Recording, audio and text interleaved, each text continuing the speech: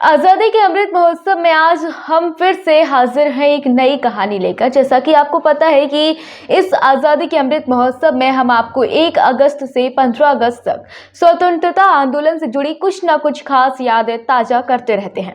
आज 10 अगस्त है और आज हम आपको रूबरू कराने जा रहे हैं वरिष्ठ चिकित्सक डॉक्टर राजीव दुबे से, जिन्होंने भारतीय सेना में रहते हुए पाकिस्तान के साथ हुए कारगिल युद्ध में भारतीय सेना के घायल हुए जवानों को इलाज मुहैया कराने में अपनी यूनिट के साथ रात दिन एक कर दी थी।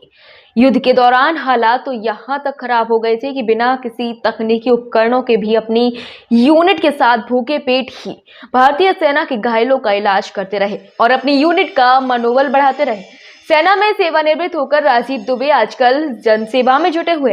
सामुदायिक स्वास्थ्य केंद्र जालौर में तैनात राजीव दुबे के बारे में चिकित्सा अधिकारी डॉक्टर कपिल गुप्ता तथा वरिष्ठ चिकित्सक अधिकारी डॉक्टर विकास यादव कहते हैं कि उन्हें गर्व है कि राजीव दुबे भारतीय सेना की सेवा करने के बाद उनके बीच काम कर रहे हैं। जवानों ने अपनी मातृभूमि की रक्षा के लिए अपने प्राणों की आहुति देकर भी तिरंगे का मान बचाया है। तो आप चूंकि उस समय किस रेजिमेंट में थे, कहाँ पर तैनात थे और वो यादें जरा सा हमसे साझा कीजिए। उस समय कारगिल युद्ध के दौरान मैं जो है आर्मी मेडिकल कोर की तरफ से किसी मिलिट्री हॉस्पिटल कारगिल में ही तैनात था जी, ऐसे सीनियर मेडिकल ऑफिसर जी। और वहाँ और भी हमारे साथ मेडिकल ऑफिसर थे। तो हम लोगों की यूनिट में उस समय काफ़ी उस समय यादें हैं उस समय की। कारगिल का युद्ध इस तरह का युद्ध था जिसमें सबसे ज़्यादा जवान घायल हुए हमारे और सबसे ज़्यादा जवान शहीद हुए। अभी तक किसी भी युद्ध में, चाहे वो 62 की हो चाहे 71 की हो, इतने जवान शहीद नहीं हुए, क्योंकि वहाँ उस समय दुश्मन काफ़ी हाइट पर था तो हमारे जवान काफ़ी घायल हुए। और डेली उस समय मिलिट्री हॉस्पिटल कारगिल में डेली 35 से 36 घायल लोग लाए जाते थे, जिनको हम लोग प्राथमिक उपचार देने से लेकर के और कई लोगों को मतलब तुरंत दिल्ली हेलीकॉप्टर से भिजवाते थे और मतलब वहाँ भर्ती रखते थे, प्राथमिक उपचार करते थे। उस दौरान कई बार ऐसा भी हुआ कि हम लोग के पास खाना पीना रसद भी नहीं पहुँच पाए। हम लोगों की 12 लोगों की यूनिट थी, लेकिन उस समय हम लोगों ने ये सब ध्यान ना रख के और पूरा समय जो भी कर सकते थे, हमारी पूरी यूनिट ने कई बार ऐसे मौके भी आए कि 3-3 दिन हम लोगों को खाना भी नहीं खाने के लिए मिल पाया, वहाँ रसद नहीं पहुँच पाई और सोने का भी मौका नहीं मिला। रात में भी जवान लाए जा रहे थे, घायल जवान वहाँ हर समय। उस दौरान जब तक ये युद्ध चला है लगभग 20-22 दिन, तब तक डेली 20 से 25 जवान हम लोग यहाँ भर्ती रहते थे हमेशा। अच्छा, उस समय के हालातों को आप किस नज़रिए से देखते हैं? उस समय कई जवानों की हम लोगों को मतलब जो है उस समय सर्जरी भी करना पड़ी, गोलियाँ निकालना पड़ी। और ये जो भारतीय इतिहास में सबसे लंबा चलने वाला युद्ध है अभी तक का, कि जिसमें सबसे ज़्यादा जवान घायल भी हुए, क्योंकि अभी तक इतनी कैजुअलिटी उतने जवान घायल किसी युद्ध में नहीं हुए। अच्छा, उस समय कुछ घायल जवान जब आते थे तो उनका आप ऑपरेट भी करते थे, उनकी सर्जरी करते थे, उनकी गोलियां निकालते थे, उनको फर्दर ट्रीटमेंट भी देते थे, कुछ को रिफ़र भी करते थे। लेकिन उस समय क्या कुछ घायल जवानों से आपकी बात होती थी तो वो किस तरीके से उस मंजर को बयां करते थे? नहीं, घायल जवान तो खैर वहाँ पर आकर के ही संतुष्ट हो जाते थे, क्योंकि हमारी पूरी यूनिट उनकी सेवा में लगी रहती थी। तो इसलिए घायल जवानों को काफ़ी संतुष्ट रहे और हम लोगों ने अच्छे से अच्छा उन लोगों के लिए प्रयास करा। वो उस समय इस तरह का मौका था कि हम लोगों के पास ये सोचने का समय ही नहीं मिल पाता था कि हम लोग उस समय इस तरह का मौका था कि हम लोगों के पास ये सोचने का समय ही नहीं मिल पाता था कि हम लोग को मतलब कैसे क्या करना है। संसाधन भी कई बार नहीं मिल पाते थे, ऑपरेशन का सामान भी कम पड़ता था, तो नॉन टेक्निकल तरीके से भी कई बार हम लोगों को गोली निकालना पड़ी, जो है जिस तरह से नहीं करना चाहिए। तो ये उस समय के हालात ऐसे थे कि किसी तरह जवानों की जान बचाना है।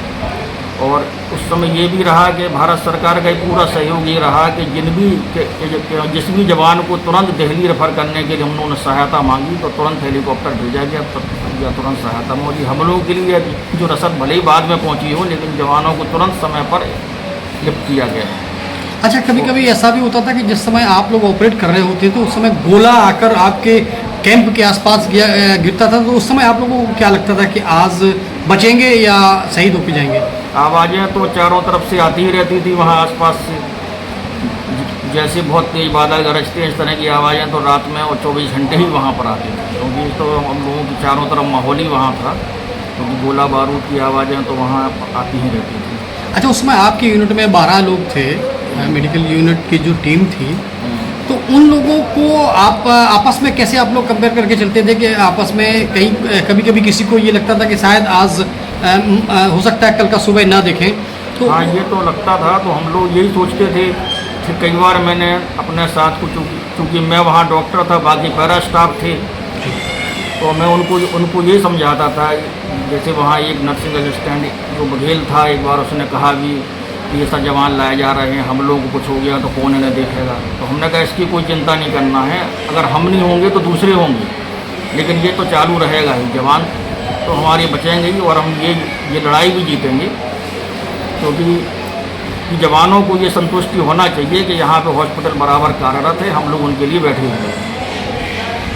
सामुदायिक स्वास्थ्य केंद्र में डॉक्टर राजीव दुबे, जिन्होंने देश की खातिर अपनी सेवाएं दी हैं, कारगिल जैसे महत्वपूर्ण युद्ध में अपनी सेवाएं दी हैं, और अब वो सामुदायिक स्वास्थ्य केंद्र जालौन में अपनी सेवाएं दे रहे हैं, इसको आप किस नज़रिए से देखते हैं?